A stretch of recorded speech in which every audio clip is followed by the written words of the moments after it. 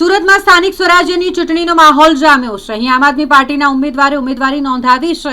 Ward number 1 માંથી આમ આદમી પાર્ટીમાંથી ઉમેદવાર કલ્પેશ બારોટ કે જેમણે ઉમેદવારી ફોર્મ ભર્યું, સમર્થકો સાથે તેઓ ઉમેદવારી ફોર્મ ભરવા માટે પહોંચ્યા હતા। ચૂંટણી અધિકારી એસવી ઢીલા સમક્ષ તેમણે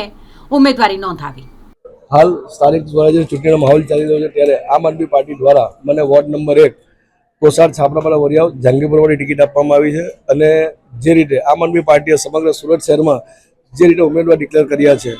તમામ ધર્મના તમામ સમાજના એમ કહી શકાય 18 વર્ષના લોકોને સંકલન કરીને ઉમેદવાર ડિક્લેર કર્યા ત્યારે આવનારા સમયમાં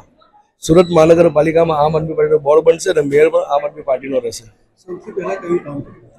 સૌથી પહેલું જે તે દિલ્હીમાં અમારા કેજરીવાલજી જે કામ કર્યા છે ગરીબો માટે, સામાન્ય મધ્યમના લોકો માટે, કે દરેક વોર્ડમાં એક સરકારી હોસ્પિટલ બની શકે, જે ખાનગી શાળાને ટક્કર આપી શકે, દરેક વોર્ડમાં એક સરકારી હોસ્પિટલ બની શકે, જે પ્રાઇવેટ હોસ્પિટલને ટક્કર આપી શકે। એટલે સૌથી બે મોટા કામ આમ આદમી પાર્ટી લઈને ચાલી રહી છે, આરોગ્ય અને શિક્ષણ। કે આજે લાખો રૂપિયા કમાનાર માણસને પણ પોતાના એક દીકરાને ભણાવવું મુશ્કેલ થઈ રહ્યું છે પ્રાઇવેટ શાળાઓમાં, અને જે રીતે મોંઘવારી વધી રહી છે કે સામાન્ય માણસને હોસ્પિટલ ખર્ચ પણ પોસાતો નથી, ત્યારે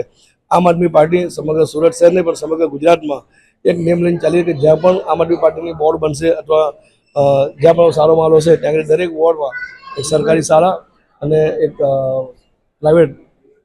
સરકારી હોસ્પિટલ બનાવવાનું કામ આમ આદમી પાર્ટી કરશે। વાત કરીએ તો પહેલું લિસ્ટ ઉમેદવારનું આમ આદમી પાર્ટીએ જાહેર કર્યું, એમાં આપનો એ નંબર, એને 5-7 દિવસ થઈ ગયા, લોકોને મળવાનું થતું હોય છે, તો લોકોનો કેવો પ્રતિસાદ મળ્યો? ખૂબ સારો પ્રતિસાદ જનતાનો મળી રહ્યો છે અને અમે જ્યાં પણ જઈએ ત્યાં લોકો ભાજપને જાકારો આપે છે। અમારા વિસ્તારની વાત કરીએ, ભારતીય જનતા પાર્ટીના છેલ્લા 5 વર્ષથી કોર્પોરેટર હતા, આજે લોકો વિસ્તારમાં ફરી નથી શકતા, જ્યાં પણ વિસ્તારમાં સોસાયટીમાં જાય છે લોકોને જાકારો આપીને કાઢી મૂકે છે, ત્યારે અમને સામેથી એમ કહે છે કે ભાઈ ઉમેદવાર તરીકે ડિક્લેર થયા છો તો અમારી સોસાયટીમાં તમે અમારી પાસે આવો। એટલે ખૂબ સારો પ્રતિસાદ જનતાનો અમને મળી રહ્યો છે અને હું ખાસ આપણે વાત કરવા માંગીશ આપણી ચેનલ માધ્યમથી કે મને જ્યારથી વોર્ડ નંબર 1 માં આમ આદમી પાર્ટીએ ટિકિટ આપી છે ત્યારથી વોર્ડ નંબર 1 ના અમારા આમ આદમી પાર્ટીના જેટલા પણ જૂના કાર્યકર્તા આગેવાન હતા કે ભાઈ નિલેશભાઈ ચૌહાણ અમારા ઓબીસીના પ્રમુખ છે, અમારા રાજલબેન છે, એવા બીજા પણ ઘણા આગેવાનો છે, પ્રવીણભાઈ છે, જગદીશભાઈ છે, જયેશભાઈ છે, આવા ઘણા આગેવાનો છે કે જે લોકો પોતાના પરિવારના સભ્યને ટિકિટ મળી હોય એ રીતે ખભે ઉચકીને મને ચાલી રહ્યા છે। એટલે હું એમ ચોક્કસ કહીશ કે જે રીતે કાર્યકર્તાનો ઉત્સાહ છે એ જોતા વોર્ડ નંબર 1 માં આમ આદમી પાર્ટીની પેનલ ચોક્કસ બનશે।